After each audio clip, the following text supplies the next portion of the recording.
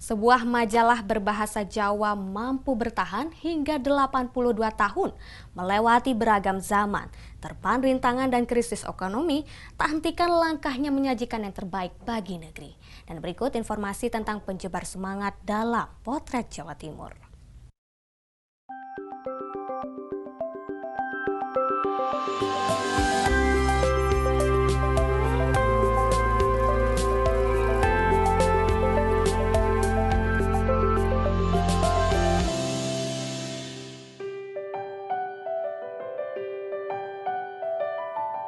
Saya Arkandisari, di Panyebar Semangat sebagai pimpinan perusahaan dan pemimpin redaksi.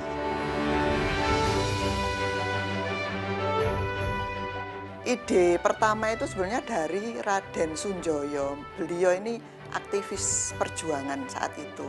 Tapi kemudian yang memberi nama dan menindaklanjuti itu Dr. Sutomo itu. Cuma karena beliau sibuk, jadi waktu itu ditangani oleh seorang wartawan namanya Bapak Imam Supardi.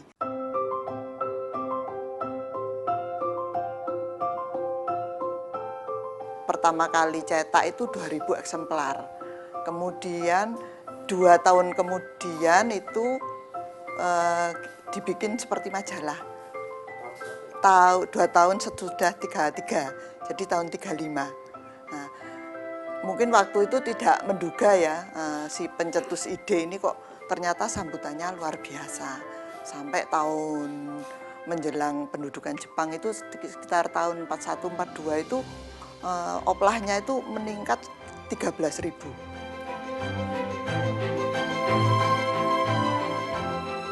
Jadi mesin-mesin yang kita gunakan itu mesin dari zaman dulu, itu kalau nggak salah mesin Jerman itu, yang web itu, mesin web itu. Jadi sekitar tahun 50-an, sampai sekarang masih bisa beroperasi. Meskipun kadang ya namanya juga mesin tua ya, kadang mogok atau perlu perbaikan sana sini itu ya, itu memang kendala kita di situ.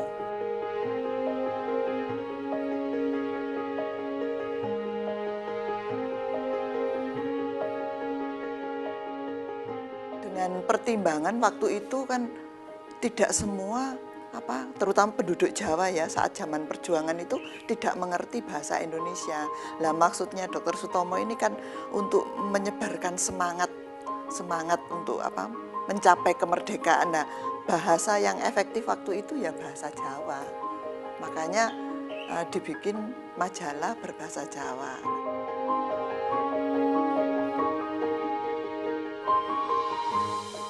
Panyebar Semangat itu ide pertamanya itu kan untuk ini ya, pesan-pesan dari pencetus ide ini si Dr. Sutomo ini bahwa kita harus bersatu itu ya. Waktu itu kan zaman perjuangan. Jadi isinya itu pesan-pesan sebagai pemersatu ya, menyebarkan semangat bahwa kita harus bangkit. Sampai sekarang pun kita misinya bukan lagi untuk melawan kependudukan ya, melawan penjajahan, tapi kan untuk melestarikan kebudayaan, khususnya bahasa Jawa, mempertahankan nilai-nilai yang terkandung di kebudayaan khususnya bahasa Jawa ini.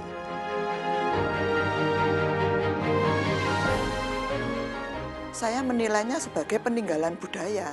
Jadi ya harus ada, tetap ada. Jadi saya tidak ingin nanti anak cucu kita ini cuma dengar namanya aja, tidak tahu apa sih Panyebar Semangat itu seperti apa.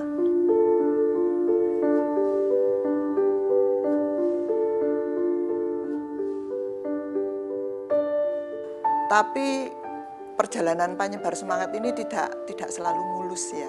Saat pendudukan Jepang, nah semua media kan dilarang terbit, termasuk Panyebar Semangat. Jadi sejak tahun 42 itu kita berhenti terbit. Tahun 49 baru kita memulai hidup lagi itu. Jadi 49 itu Bapak Imam Supardi ke Surabaya lagi setelah bersembunyi di pengungsiannya. Jadi saat itu tahun 49 kita bikin 3.000 eksemplar.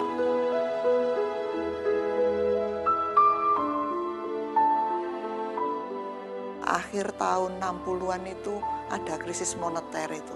Nah ini benar-benar terpukul penyebar semangat dibarengi oleh meninggalnya Bapak Imam Supardi itu. Nah waktu itu oplahnya sampai dari 85 di tahun 60-an itu menurun sampai 13.000.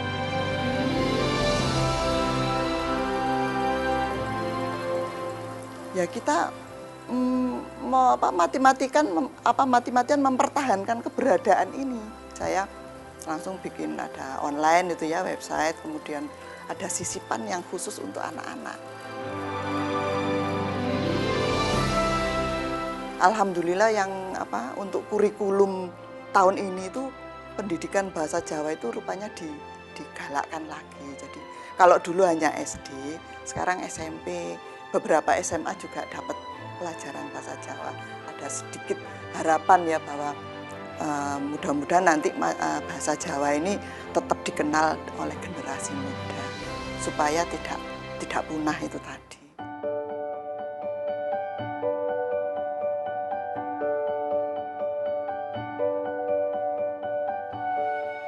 Oh luar biasa, saya masih ingat ketika di rumah saya itu kan ya saya masih kecil, kami semuanya sekeluarga sangat gemar membaca. Kalau PS atau penyebar semangat itu datang, kita rebutan bacanya. Tapi otomatis yang pertama ya kakek saya dulu, terus kemudian bapak saya, terus kemudian ya kita waktu itu masih kecil ya cuman sebagai penonton aja gitu. Jadi tapi itu kondisi dulu ya. Sekarang ironis banget, Anda bisa ngecek di stand-stand atau di agen-agen koran di pinggir jalan, nggak ada satupun yang menjual PS. Justru PS atau penyebar semangat ini larisnya di Suriname. Tapi nggak apa-apa, yang penting komitmen untuk tetap menghidupkan penyebar semangat ini masih ada hingga sekarang ini. Rasanya orang kalau sekarang berbahasa Jawa itu kok desani banget. Kalau saya enggak, ya, saya beranggapan bahwa saya sebagai wong Jawa, saya tetap harus nguri-nguri basa Jawa saya.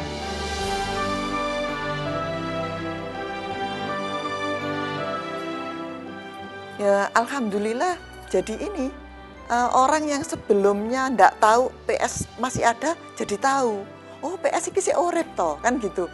Itu cambuk ya buat kita, tantangan buat kita. Jadi kita harus lebih giat, lebih keras lagi untuk mengumumkan keberadaan PS ini.